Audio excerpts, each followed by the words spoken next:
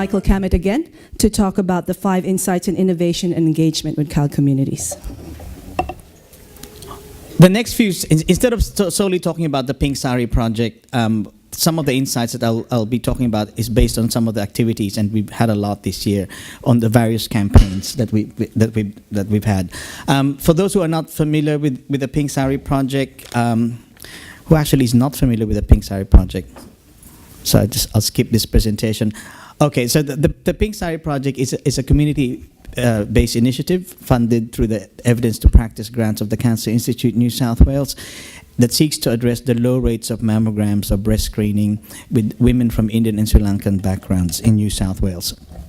So, we just got news yesterday that we're one of the finalists in the Multicultural Marketing Awards, and I think this year they have a different approach where they actually encourage public voting. So if you are on the website, please vote for us. Also, another plug, Facebook, if you are on Facebook, the Pink Sari Project, we're up to 800 fans, so we'd like you to be our fan as well and follow the progress. So, I'd like to introduce Abana Raj. She's... a few months ago, she's the founder of Palmera Projects, and it's a social enterprise that provides sustainable livelihoods in villages in Sri Lanka. Earlier this year, she made contact with the Pink Sari Project to do something. Her mother died, and she's a second generation Tamil speaker, and she wanted to do her bit to spread the Pink Sari Project campaign, and approached us with an idea. She said, why don't you reach out to daughters, the second generation, to talk to their mothers, their aunts, or their amas, about breast cancer. At that stage, we've already set, as you do in projects with government funds, all the funds were allocated. So we said, we don't have the funds. She says, no, don't worry. We'll fund it, we'll produce it, we'll write it. All we need is for you to work with us. So through her network, she found some friends, and it's not just about the prevention story. So I'll play this video because we received this yesterday, and I'm so honored to just show this. It's still in draft form, but if I can just show the video, Rajan, I'll explain after the video is shown in about it takes about 4 minutes. To me, that's an example of how a community has actually volunteered and provided that information and did all of that in their own funding and time. If you have any ideas on how to, on what other avenues to promote it, please talk to me, because this is why I'm here. Okay, where's that thing? So this is another version of what Anthony presented earlier. This is actually from the Centers of Disease Control and from the research. This is specifically for marginalized, or what you call hard to reach populations, a term that I'm not sure I'm very fond of. So on that continuum, you look at on the left is the lower level of engagement, and I think this is about, we're up to collaboration and shared leadership. That's an example of how we can engage communities if you think of it as a continuum. Because often, I think with multilingual, with CALD communities, we get stuck in the provision of information, particularly translations. One of the first insights, and it could be very contentious, is how and who we actually choose to engage with, and what we mean when we mean CALD. For those of you who have worked in this system, no one actually says to you, I'm a CALD person, or you wear a t-shirt that says CALD. You say, I'm from Italy, I'm from the Philippines. But really, I think we're the only people in this culture actually says CALD, and I think that could be problematic. In fact, this has already been identified in the research, with policymakers have said, look, it's really useless, because you can't measure it. However, it does have a use. I'm not here to say that I have the solution. I think we just need to be cognizant about what terms we ascribe to the people we want to engage with and how they see themselves. This is another comment, it also has the potential to diffuse the social and political challenges faced by racialized minority groups. For those who were around in the 80s, there was the non-English speaking backgrounds. I call them lesbians, It's... we have to have fun. Creativity is about fun. So it's really important because it acknowledged the deficit, and now we're moved on the other way and say, let's acknowledge celebrate the diversity. But is it really useful for us? How can we measure, as Jocelyn said, what's the baseline for a CALD person? Other women who appeared in that video, would you consider them CALD? Do you think of them as CALD? What's the narrative we have about CALD? Perhaps there are other ways of segmenting the groups that we reach out to. Maybe it's the second generation by language, or maybe it's about religion. Another thing we want to throw into the mix is the people in the diaspora, online. These are communities that are forming they have one foot in Australia, but are also online connected with their own communities. How do they fit in the whole equation of consumer engagement? Other things would be the stage of change. Those who have worked in addiction would know that perhaps we target them in terms of their behavior in relation to a particular issue.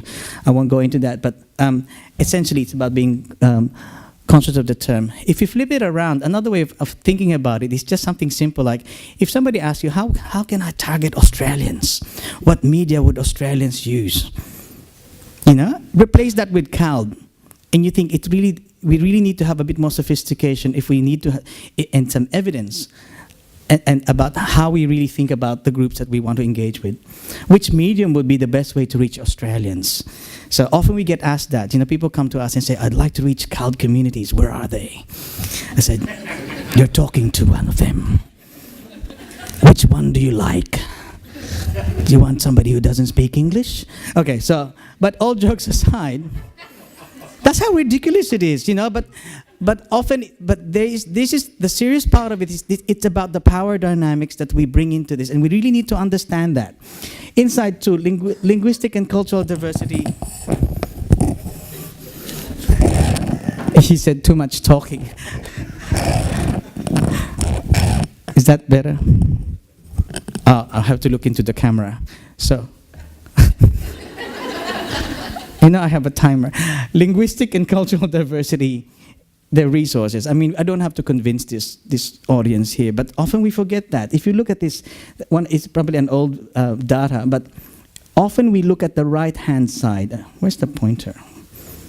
I wanted to do what Anthony was doing, but I can't find the pointer. Anyway, the right-hand side of the population, look at we focus on how people don't speak English. So if you look at Arabic, you'd say, 6.1, there's 5,000 of them and who speak little or no English, 8,000. We often just see that side of the column. But then we forget that there's also the left-hand side. And so you have people who not only speak English well, but speak 1, 2, 3, 4 languages and are equally contributing to the whole thing. Very simple insight like that gave us, the insight to have the first sustainable language-specific quit line. We said it's not, because in the past people have said, let's use, with all due respect to the translating interpreting service, let's involve TIS in counseling. Now, for those of you who work as counselors, it's a very long process. Add another party, and then you have a longer thing. No wonder people say, oh God, we have to use TIS for a counseling event. What if we just say to ourselves, how about we look for bilingual, trilingual, multicultural advisors who can actually perform the job? And that's exactly the insight that we had. So we raised from 20 calls a year, this was in 2006, to now over 700 calls a year. Another thing we looked at is acknowledge the diversity, the resource that we have. If you read all the published literature on women from Indian and Sri Lankan backgrounds, admittedly mostly from overseas, about breast cancer, they said there will be a culture of silence. You will be hard-pressed to find people who will come out and raise their hand up and say, I've had breast cancer and I survived through mammograms. We found one when we first started, Dr. Palu, and we were very honored. But since then, we had 14 people. We actually had more.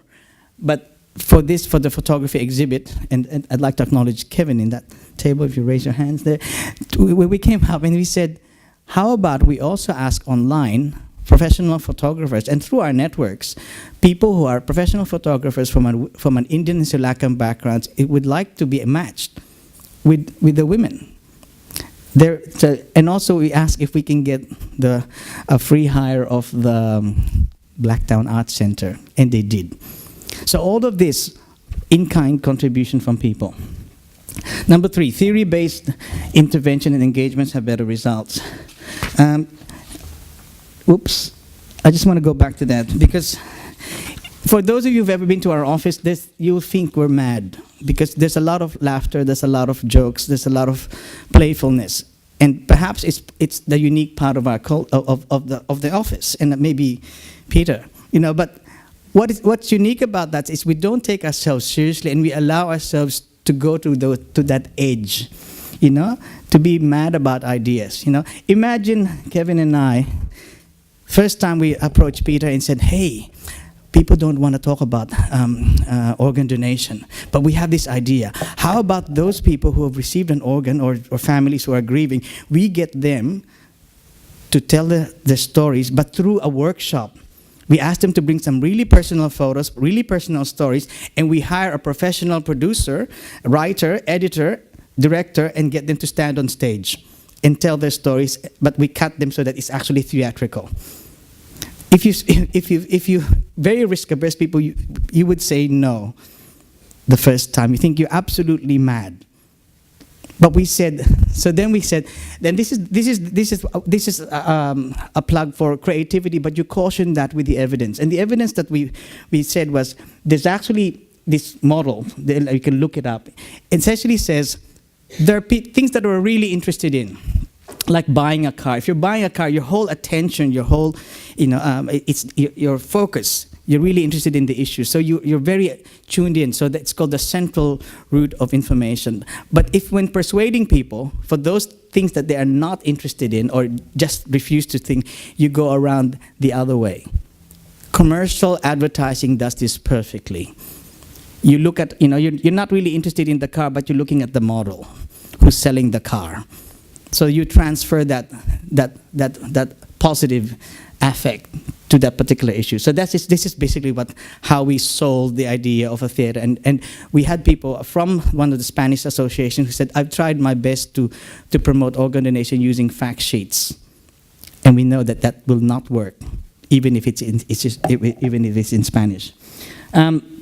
Standalone translations are not very effective in behavior change. So if you're going back to the earlier presentations, it's on the far left, where if you think you're engaging, that's a start. I'm not saying, with the best intentions, people sometimes, organizations say, let's do things in 80 languages. But if you have nothing else to support that or a strategy to distribute that, then, it's my phone saying, stop talking. Okay, so, that's the information level. So we really need to be cognizant that in our desire to reach as many languages as possible, sometimes that's sort of uncomfortable truth for some hospitals. So, and sometimes it ends up as published resources in warehouses even. Next is slogans. This is an actual campaign that won a national PR award. It's a male reproductive health. It says, talk about your tackle. Now, talk to Peter if you don't understand that later, but and these are famous football, it's a father and son football player from Melbourne. But it does not engage people. What assumed knowledge do you have? The other thing is, for those of you who worked as translators or creative adaptations, and I think there will be a session this afternoon, quitting is hard, not quitting is harder. For those of you who speak a language other than English, try to translate that and see if it's going to be catchy. So what we've done to address that is we asked, I think Lee mentioned this earlier, is we experimented with trying to get people to write in language so the language flows, but also couple that with evidence and some translation checks. Another thing is, if you having multilingual resources is not enough, you have to also inject it with creativity and insight.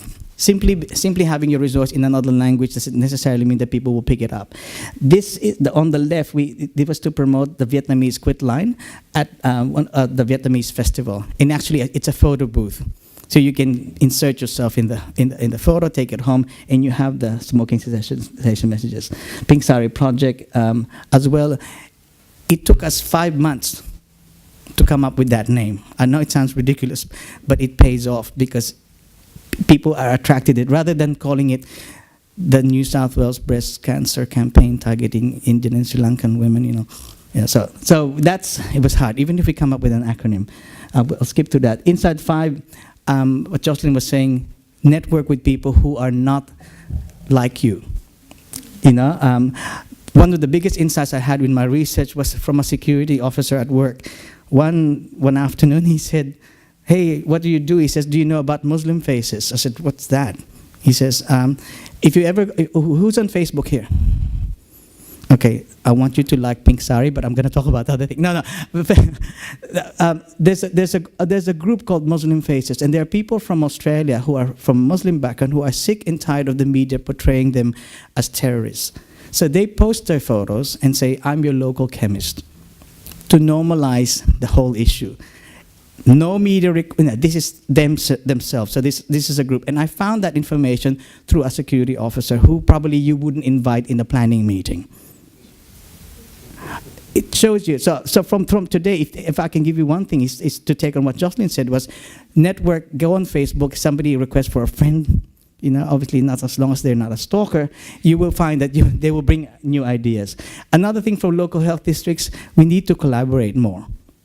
Somebody from a CALD background, living in Hurstville probably wouldn't care or probably wouldn't know what the jurisdictions are.